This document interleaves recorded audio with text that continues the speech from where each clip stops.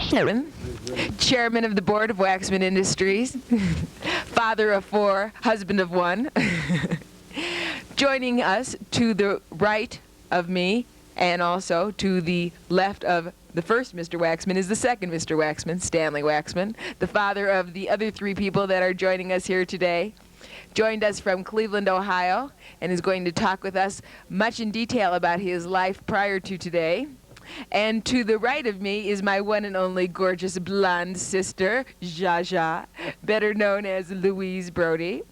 And so we're all going to get started talking about what's going on today. Take it away. I just would like to say that we're all here for Judy's 30th birthday, and we've had a wonderful time.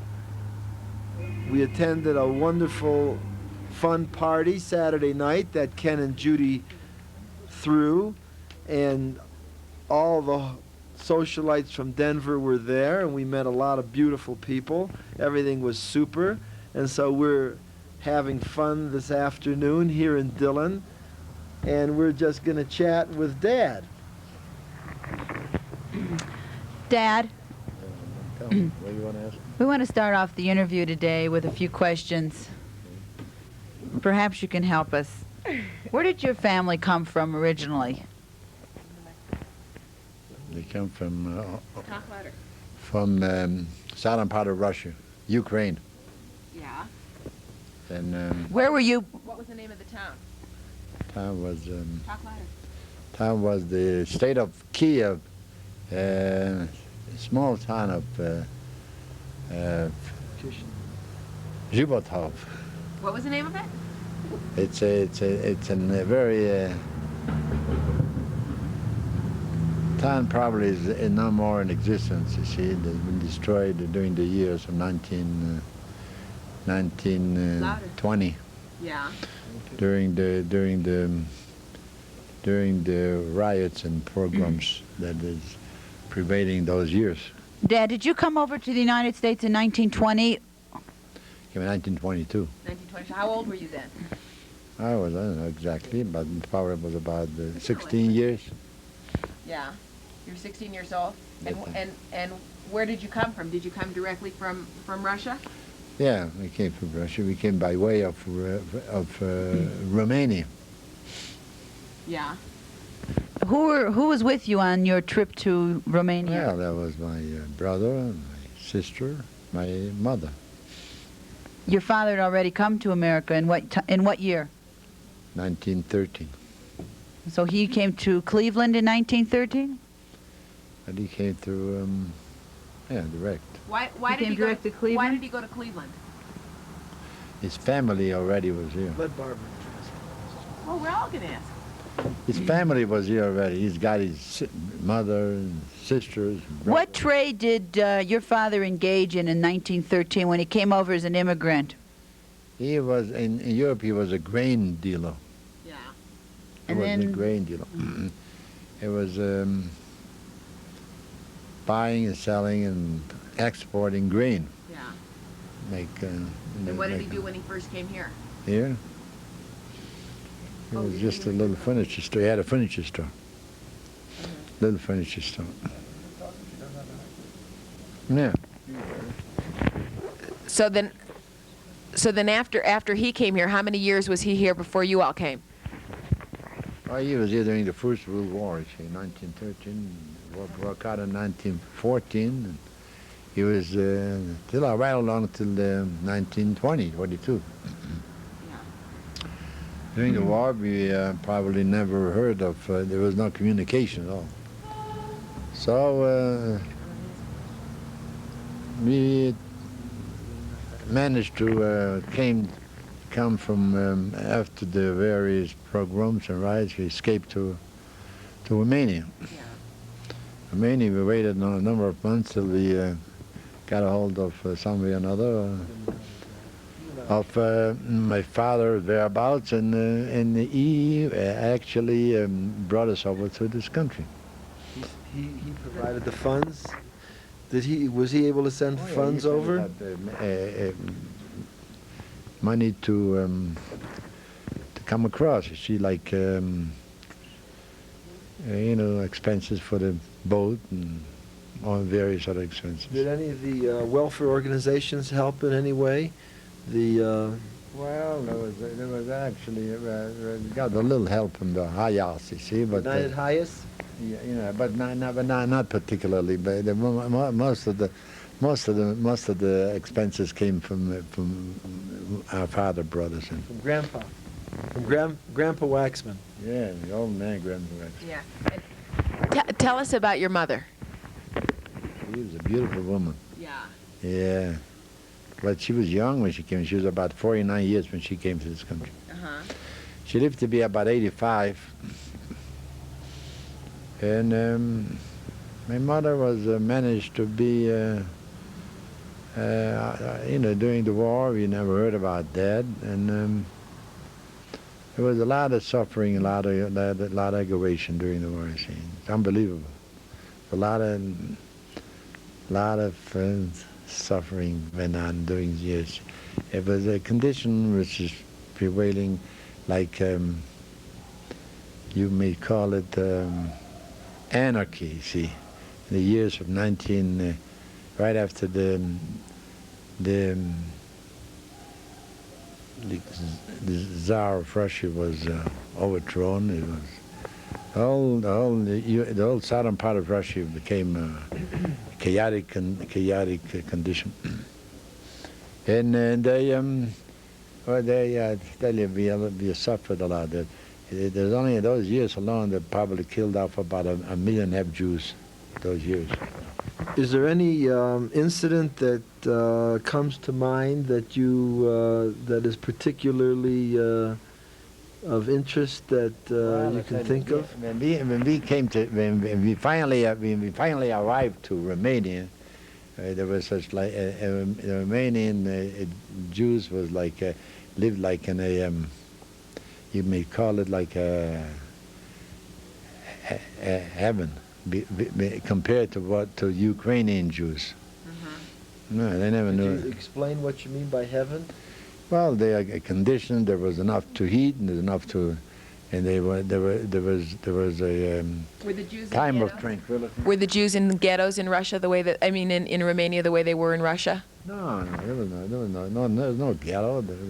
A lot of help came in from the joint distribution. You see, a lot of people those years we did most of the refugees we were called at that time.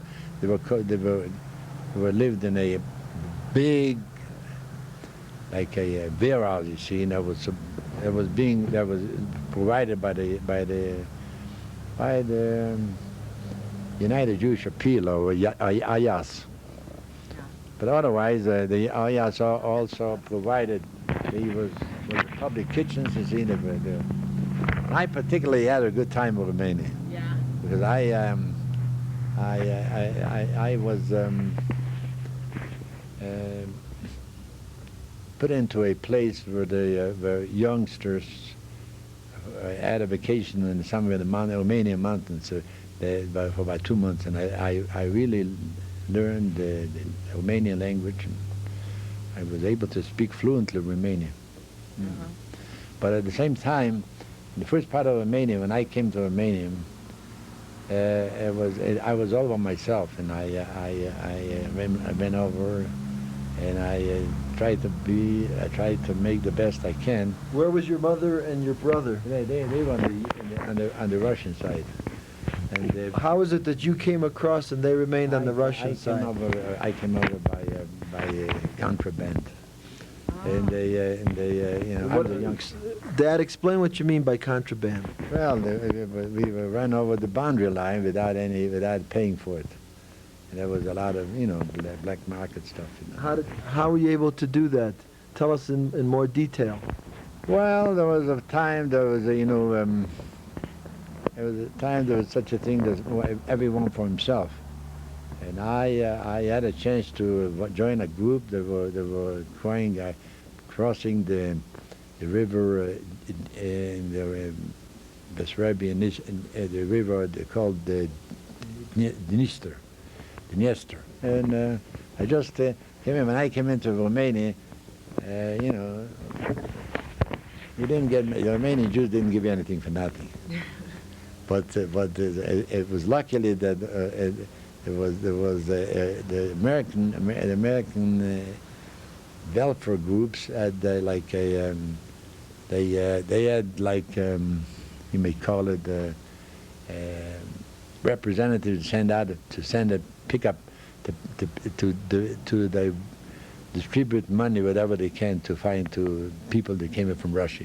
In those years, how were you able to come across? You said contraband, or you yeah, said you were able, because the river I joined the group. smuggle yourself across. Yeah, I joined the group. But then as I was in Romania, I was all by myself.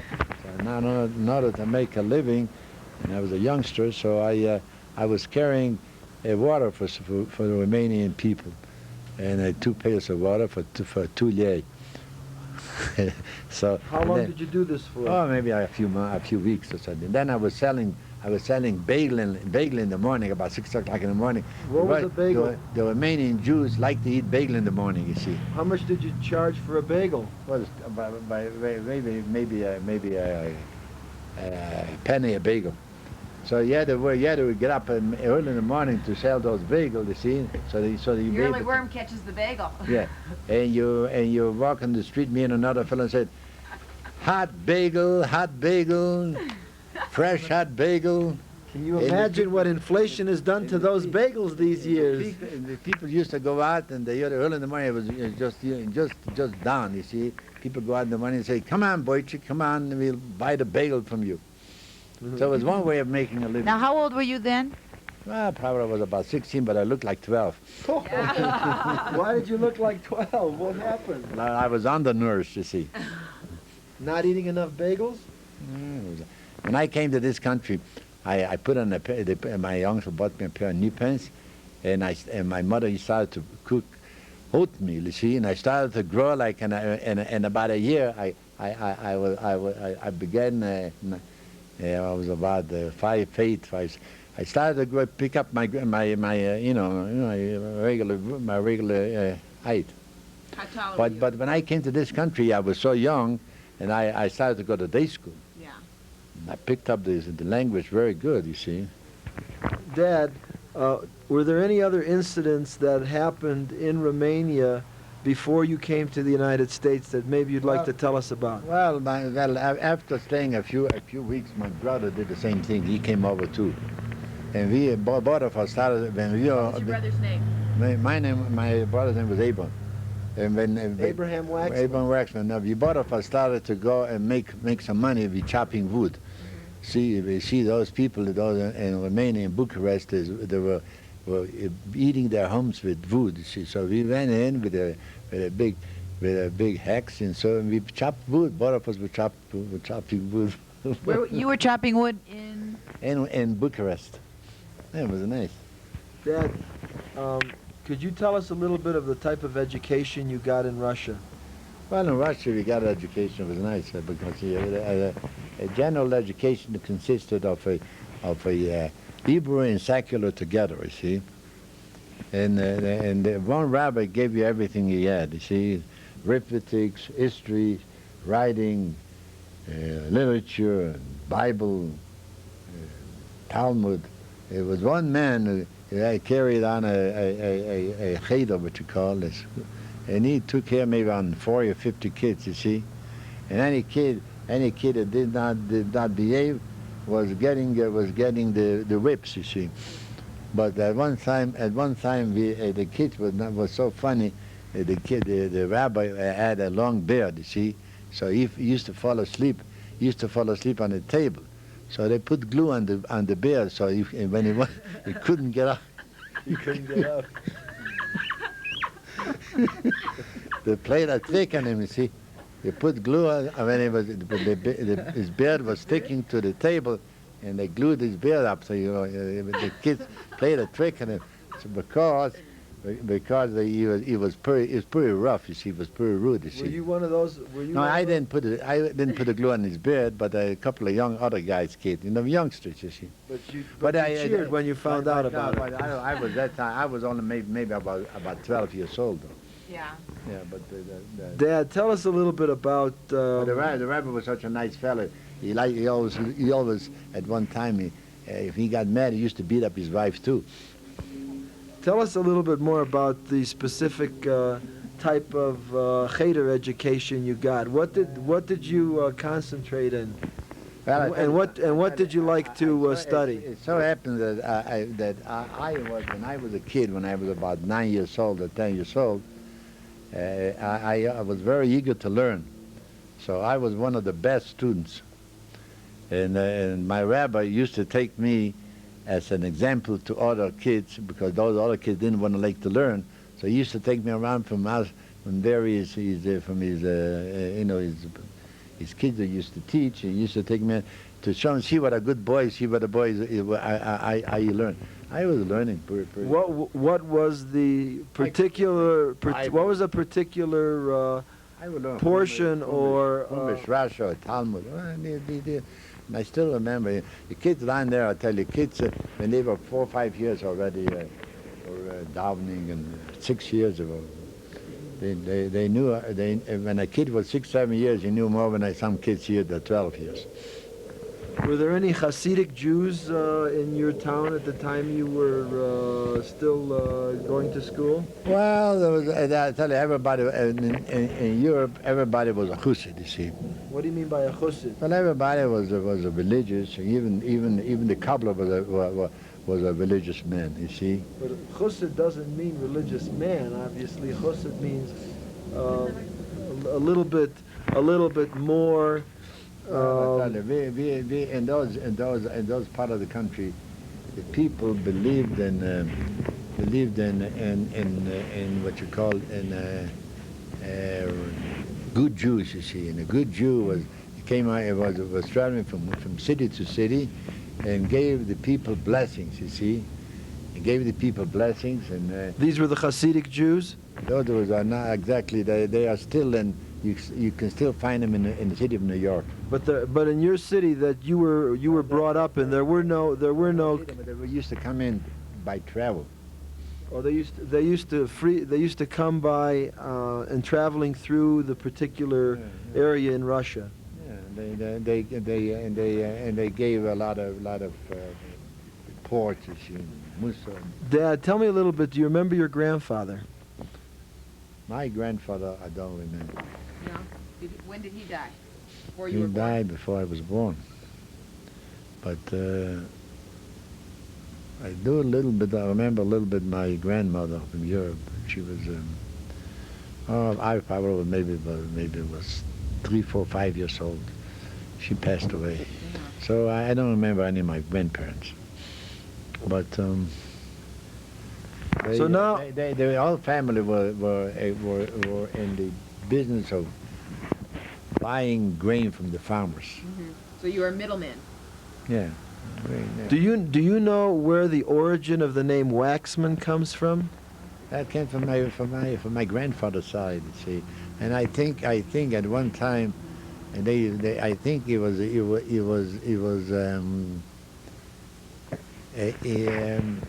dealing in making candles of wax.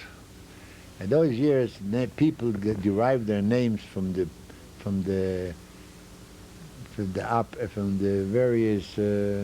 various trade they conducted, like a man who was working on shoes called Schuster, a man who was called it was doing a blacksmith was called a koval, and the man who was working fixing the horseshoes on the horses, fixing the wagons, and was a blacksmith and stuff like that. So these and a goldsmith was working on watches, and a wine shaker was these are names what the Russian government picked up, these added names from the various trades. They gave him the name. So you're saying that our name, think Waxman, the family name, many comes years ago. from the People, they must have been engaged in making wax candles. Did the name, was the that's what I name think. spelled differently in Russia than it was in America? Same thing. I W-A-X-M-A-N? tell you, my grandfather had several, 3, 4 brothers. I think they traveled, and conditions in Europe was bad, and they emigrated in different parts. And I think some of them went away to Russia, some of them went to England. And I met a man in Florida last year, and he looked exactly like my uncle, with a long nose and ears. And according to it, when we were trying to talk to him, so he tells me that he comes from the same part my grandfather came. Maybe you're related. And he told me he thinks he's poor, but according to the You recognize him by his nose. according to the size of his nose and his ears, I know he looked like my uncle. See? And he became very much attached to me. He became very much attached to me, and he says, "Mr. Waxman, I'd like to give a kiddush in the honor of you." Yeah. And did he? Yeah, he did give you. All right, let's get back to the family. Your father had how many brothers? My father had 2 brothers. And then their names were? His name was Pinchas and Vail, and he had 2 sisters. They all lived long. What were the sisters' names then? It was Rose. What was her married name? Her name was Rose Rosenzweig. Oh. I think you know. And the other name was Mrs. Waldman. What was her first name? Oh, the other Ida sister, Waldman. Ida? They all came in young girls. Yeah. Ida Waldman. They actual brother of my father. Yeah. They came in the early 1904, 1905. Oh, the women came in 1904? You mean Rose and Ida? My 2 uncles, yeah. They came in, they were young girls. And they brought over their brother. That goes back maybe about, So you're going back to 1905? about 75 years ago. How was it that they were so instrumental in coming over in 1905? Were there pogroms in 1905 Well, the already? conditions was bad, and the Even in 1905? young girls, and they I think they came before 1905. They must have come in 1903. And they were worked as seamstresses to make them, and then they got married. What? Yeah, that was a... Were you born yet in 1903? No. What year were you born? I apparently was born in 1904 or I don't know, 1905, but my father left in 1913. So you were a young boy when I was a young boy. In 1914, the First World War broke out. Yeah. So he left right before the breakout of the First World War, 1913, and the hostilities took place in 1914. Yeah, but I tell you, in 1913, but in 1913, I had a very bad incident that I, walking to school, and I caught a cold and something or another, and I contracted a disease called a typhoid fever. And, You were 9 years old then? I was about 9 years old. And being so, I was a very healthy kid. I come from a very healthy stock. And I probably was about 40 days I was on the eye fever, maybe 105, 106 fever. But I happened to come from a very healthy stock. My father was never sick in his life, and my mother was also never sick. But typhoid fever was a very common disease those years. Mm-hmm. Now they eradicated it. But I managed to. But my father, I was in high fever, and my father left Europe to go to America. So how did you feel when your father left, and what did you think? I was actually on a dying bed. He didn't think that I'm going to survive. Why did he leave then? But he had tickets already. He had to go, So it was tough. I tell you. My mother was she was tough. Well, she was strong. You know, she was a young woman. And my sister was, she was about, when she was 13 years old, she was working, making a living. Mm. Your That was sister Ida? Mrs. Sokolov. Ida Sokoloff? You were very devoted to your sister, Dad. We remember that very well. And as kids, we know the relationship you had. Well, I tell you, it was up to me and my brother that we came to this country. If my brother wouldn't have gotten a hold of my father, he found the address, and we found the address when he was Romanian. He found the address, so he started to call. He started to communicate, and he started to send us money. Otherwise, you wrote him, or he remembered he remembered the address. he wired him, or he wrote him? No, he wrote him from Romania. For us, it was about 7 years. There was no communication. 7 years. Yeah. You never heard from your father in 7 years? He didn't even think my father was living. So, but when we came in, my father was a man. When we came to this country, my father was a man about 49 years old. But he looked like a 60 years old because he was already gray. So hard. He was a young man. He was a man for about 49 years old. He was gray with a long beard. And you have a picture of him. You know, those years people were aged. You know, but he managed to live old. He was many. How old was he when he died? When he died, he was about 86, 87. But that's where he was. He was a very healthy man. But I tell you, years ago, he was a frummer man. He's a frummer man, so the thing to do, to make a living, he became a peddler. And the most European Jews, they didn't want to work on Shabbos. You bought themselves a horse and wagon. A horse and wagon, in those years, you can buy a horse and wagon for $5. Yeah, I remember my father told me he bought a horse and wagon for $5. He became paid metals and wood and all kind of stuff. But later on, he gave it away, gave it up, and he became a businessman. He became a furniture storeman. But in those years, in order to keep up the religion, he had to become a peddler. And peddling was a very common profession. Not a profession, it was a trade. Yeah. You can see people running in the street and some men was highs men. You know, there was no refrigeration or nothing, so selling highs in the street. This is the way they made a living. Let me change. In the Shabbos, they fixed up themselves, and every Jew looked like a robber. Yeah. To change the subject now, I want to ask you about when you first came to this country. When did you meet Mom?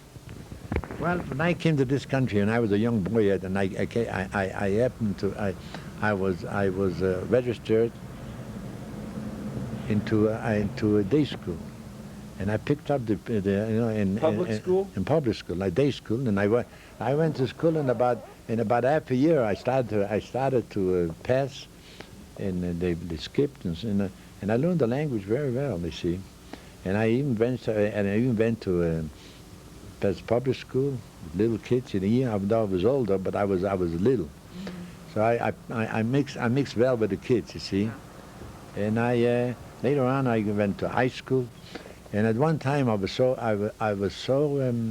impressed with the American system and the education. I picked up a lot of my education in this country, because during the war there was all the schools were closed. You see, and all the rabbis were taken into war. You see, and the education I got, in Hebrew education, I got till I was about 12 years old. But my education, really, I got education mostly in the United States. My secular education I got in there because at one time I really thought I was going to be a doctor, because I was very studious. I used to study day and night, you know, and I picked up the language. And I was very, I should say I was very smart, but I was very studious, you see, a studious type. And I learned everything. Of course, when I went to school, when I was in 11th grade, I took subject that was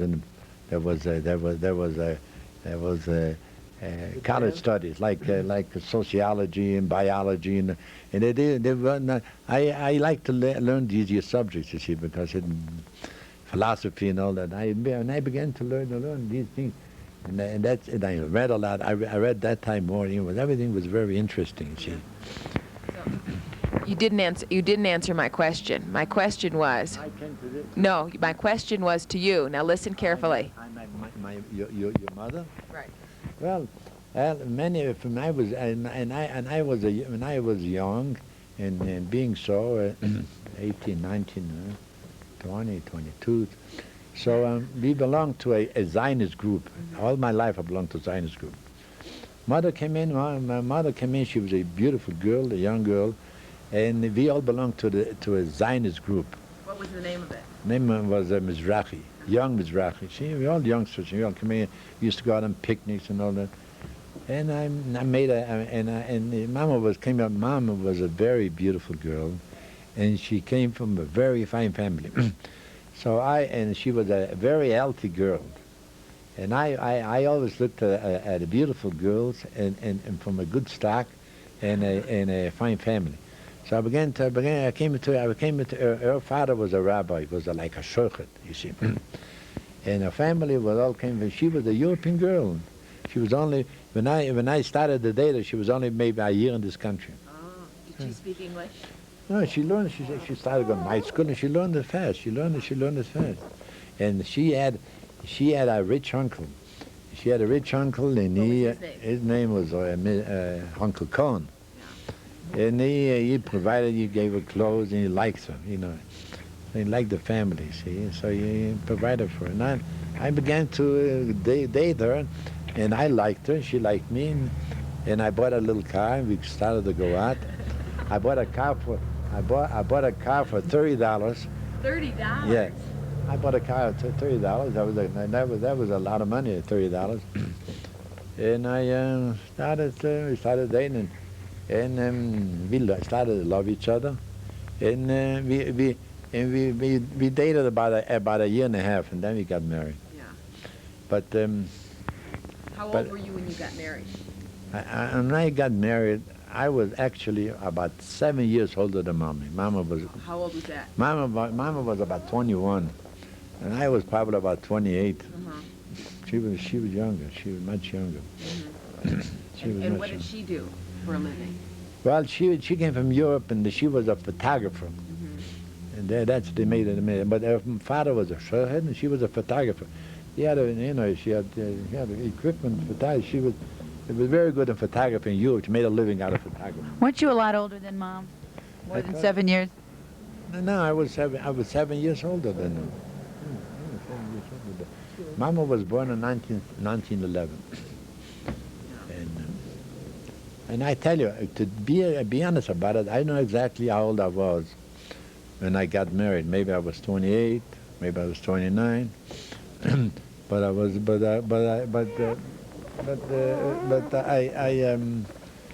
it makes no difference. I tell you, to tell you the truth, me and Mama, we lived so beautifully.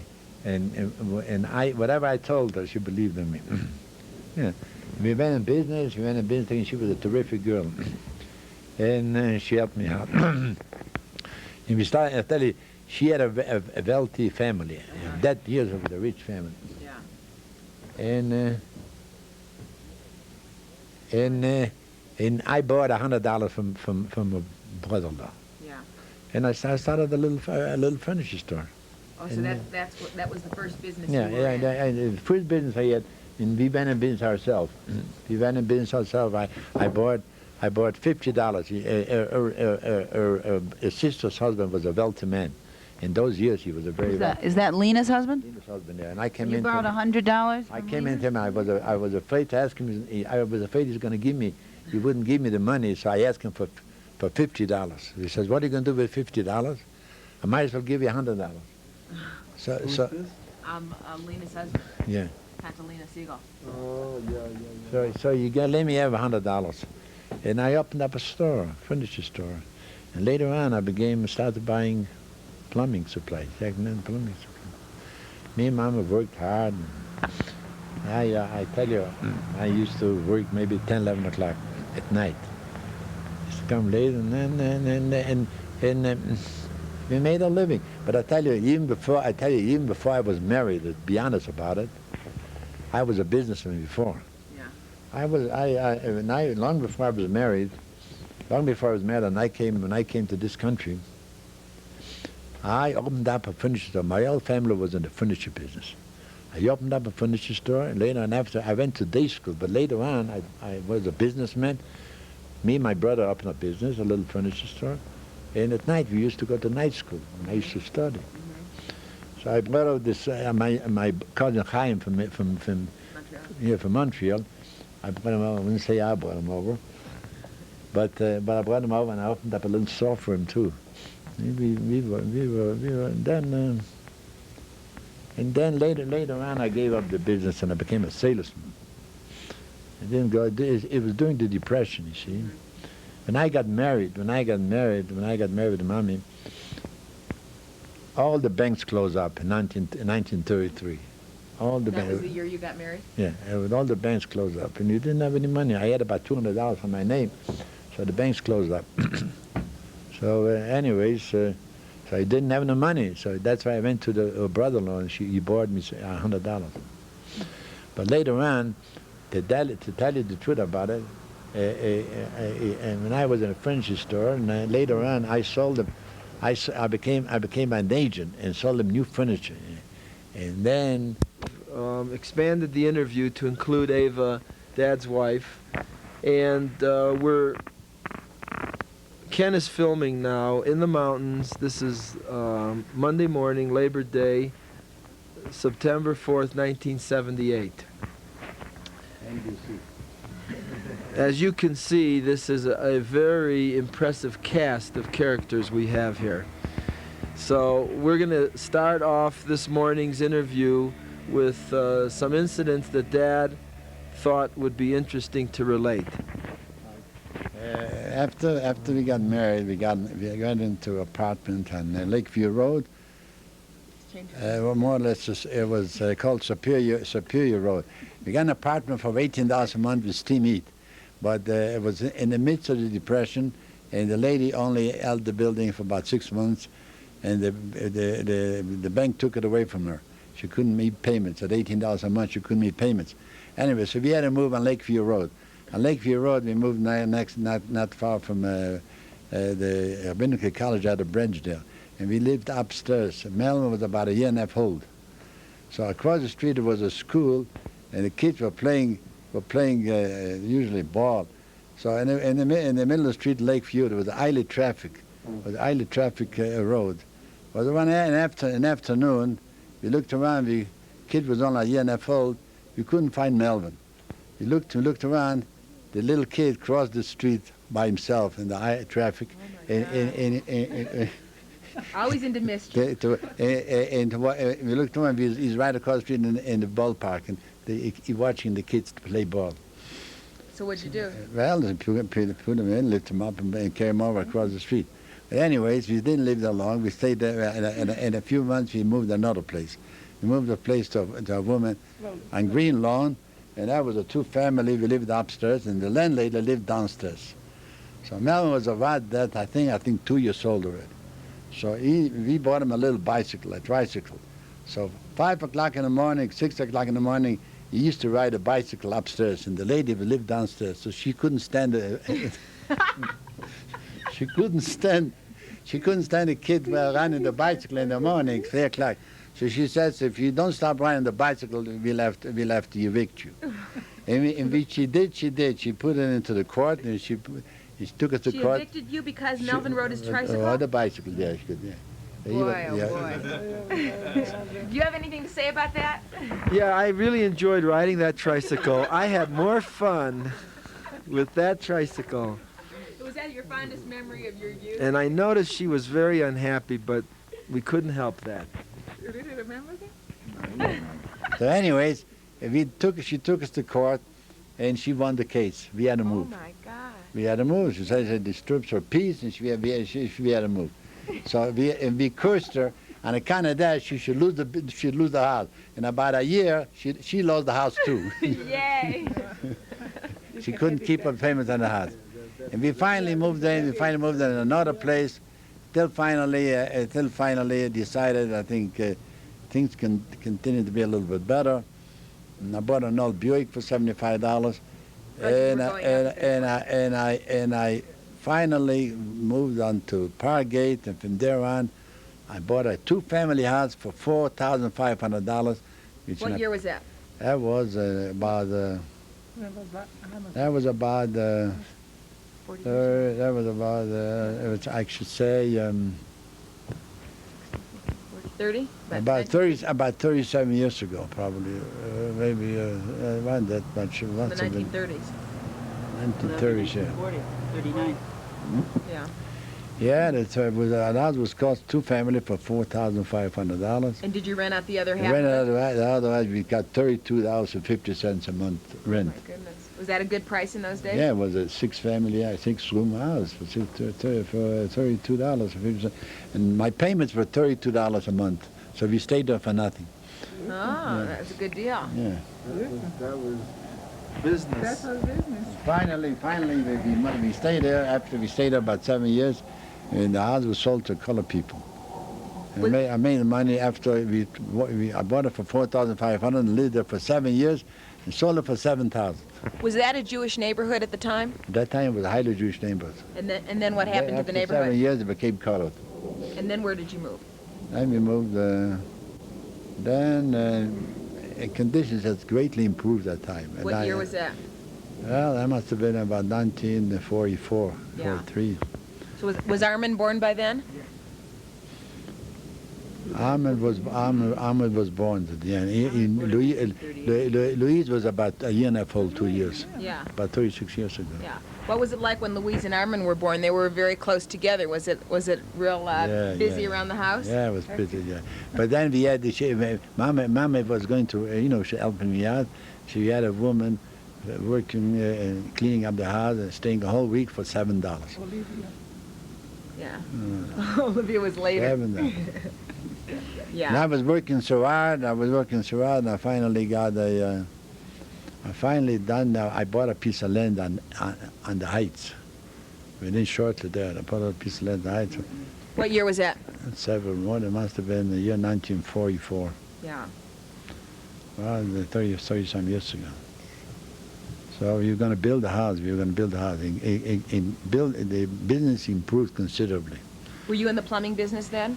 That time I was in the plumbing business all by myself. Mel was a little boy. Mel was at that time around, I think, 9, 10 years old. Right? Yeah. It must have been about 34 years. Well, how did you get involved in the plumbing business after you had been involved in the furniture business to begin with? Well, I tell you, there was that time I started to buy a lot of used plumbing. Plumbing was sold in New York. They were wrecking buildings, old buildings, and I tried to buy the plumbing from New York. And you had it shipped in? They shipped it in from New York, and I sold it to Tennessee. I got to hold of a fellow in Tennessee, and I started to make a lot of money in Tennessee, and by a fellow named Robinson Plumbing. This is the time when Melvin was about 12 years old already. And I bought a big piece of land which I never built. I sold it. And I bought a house in Grosvenor. Lived 11 years in Grosvenor. Yeah. From there on. Everything got pretty good, huh? Yeah, I think at that time, by that time it was so good. Real estate was so cheap. I bought a building for on Kingsman, $22,000 for 10% down. I had money already. When I had a couple $1,000, I invested it. And $22,000. I paid $2,000. I had a whole building. They bought it in about $300, $400, $500 a month. Mm-hmm. From that building, finally I had enough money to save up. I could build a house on Severn Road, on Claver. Yeah. When did Melvin get to help? When did Melvin join the firm? Well, Melvin was still young. Later on, Melvin, by that time we built the house. Melvin was already 18, 19 years, and he became a salesman, a big salesman, traveling. When you built the house, Dad, I didn't live on Claver. You never lived in I never lived on Claver. I got married When we were in Grosvenor. before you moved into that house. What year, Melvin? That was it. He got married on Grosvenor. We were on Grosvenor. Right. Don't rush so fast. We were on Grosvenor, and he got married. He was married He was about 21 years he got married. Dad, tell us some of the incidents that happened when you were working by yourself. Well, I worked by myself, and I got into the plumbing business. I had a little car. Which I bought for $30 beginning before I got married. And that little car, I use it for a truck, for use everything. And at one time, I was during the war, you couldn't get the plumbing. So at one time I went by the lake, and they were wrecking a boat. And the guy had about cast iron bathtubs. He had about 7 bathtubs. So what can I do? I didn't have the truck. I had a little not a Buick. It was a little Durant. It was a Durant car with 2 doors. But I had a rumble seat in the back. I put in on that little car. I carried all the 7 bathtubs, about 3 tons. I carried about 3 tons. I carried 2 bathtubs on the running board, 3 bathtubs in the back, and 1 bathtub on the top. And people were looking at me. I was carrying 7 bathtubs on a little car, and they didn't. It was on candid camera. I carried 7 bathrooms, and then I came in, and I started to unload the bathrooms. She said, "How the heck did you carry? Could you carry and load 7 bathrooms?" But every bathroom, I bought a bathroom for 7 for. The bathroom at that time was old. The bathroom was 50 years old, and I got about $25 a piece. So I made pretty good money. That was a good deal. Sure. Yeah. You want to ask a question? Well, that reminds me of a story when I was about 6 years old, and I was going to school one day, and it was raining, and we were late. So my mom had to drive me to school, and she took the same car that used to have bathtubs in it. And I saw a bunch of my friends, and I was so embarrassed I ducked under the seat because I was too embarrassed to let them know that I was driving to school and the back was bathtubs and sinks. But to make matters worse, my mother was the nervous type, and she was driving very quickly to get me to school on time, and she smashed into the car ahead of me. So no matter what happened, I had to end up coming out of the car. They all saw me. All right. You want to tell us another story? Well, there are things as greatly improved on. See, when Melvin grew up and he got to be about 18 years old, and he got to be about 16 years old, I left him in a store all by himself, and me and Mama went to Florida for vacation. When he was 16 years old, you left him by himself? Oh, yeah, he was 16, 17 years, no more. You let him be pretty independent, huh? Oh, yeah, I made a salesman out of him when he was young. Yeah. But when he was 19 years, he was already on the road and selling by himself. You know, he was before he got married. He was very productive. Yeah. He used to come in. He was a good asset, huh? Yeah, at 11 o'clock at night. I used to worry. Me and Mama used to run in the winter and the storm. We used to travel in Sharon, Pennsylvania, and Kentucky, and all over. He was 19 years old. Then we ran into. I wasn't 19 years old. That was a little bit later, Dad. Maybe 20 years old, but that's the time. That's the time when we got into the. That's the time when we got into the wholesale. That time when Melvin was about 12 years old. When Melvin was about 12 years old, I got into the wholesale business. Why'd you get into the wholesale business? Well, I imagine it didn't take much expertness because I was pretty good on getting merchandise that nobody else could get. And in the South, like Tennessee and Georgia and Mississippi, they didn't have anything. So you used to come in with trailers and buy. Explain to them where the merchandise came from. The merchandise I used to pick up mostly from peddlers. I'd like to just add to what Dad is saying. During the end of the Second World War, many of the army camps were being dismantled. So the plumbing products that were in these camps were wholesaled out in large quantities, but obviously they were not packed in any type of cartons, so that in many cases they came in on trailers on slabs of wood.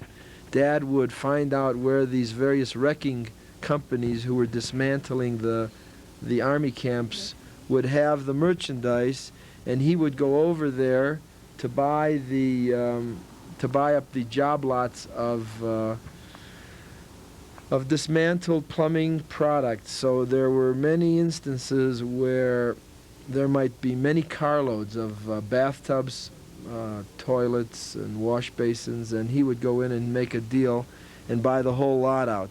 So there were many different incidents relating to how he progressed in the business in this type of used merchandise.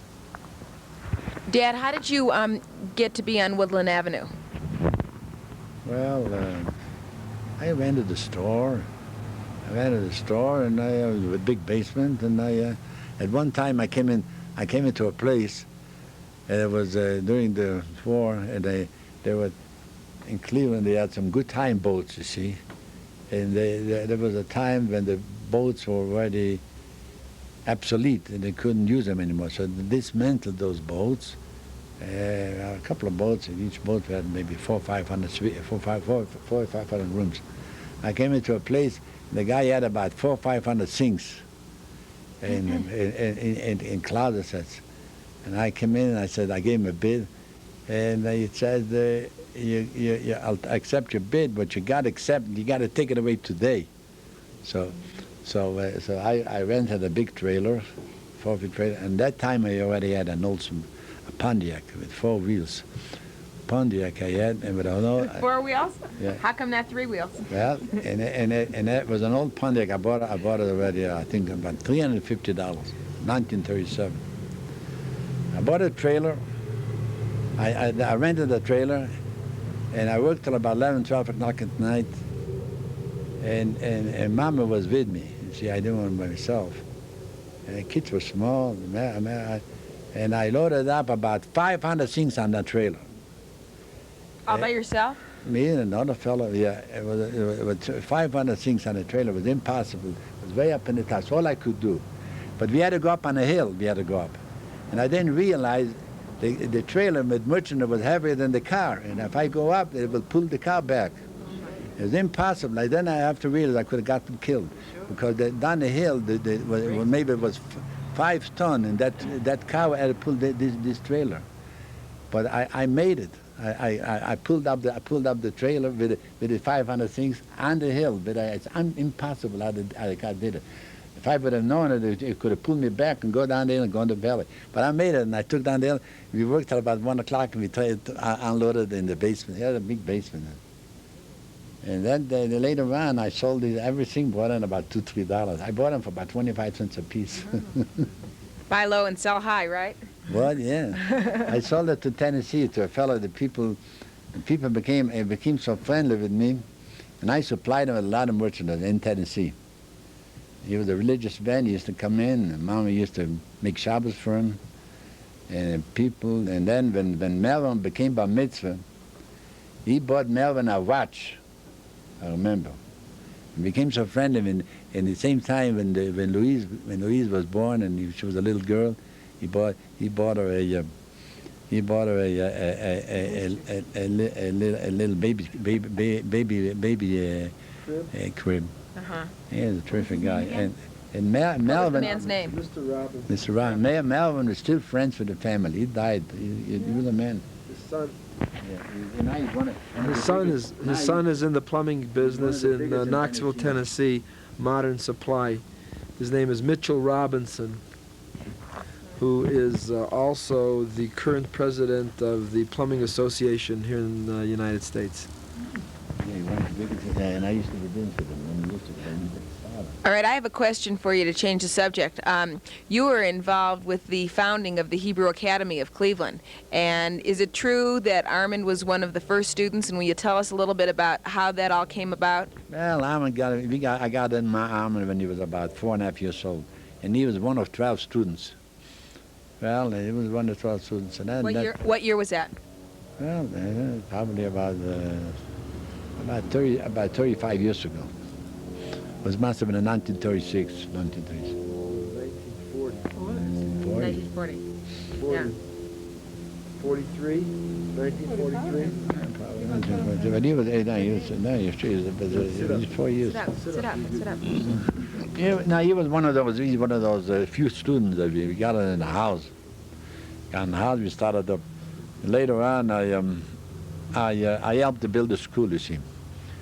Probably it was a number of people, and probably I donated about $2,000. I had already money. Oh boy. I donated $2,000 for the building of the school, and I became treasurer of the school.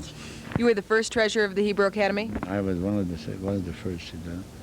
And we rented a house in Feigenbaum, but later on we went on Taylor Road, and everybody had to give, whether I could afford or not, but everybody had to pay money, you know. So you give, we have to, and I even Was this the first Hebrew day school in Cleveland? First one, yeah. That time, that was the first day school.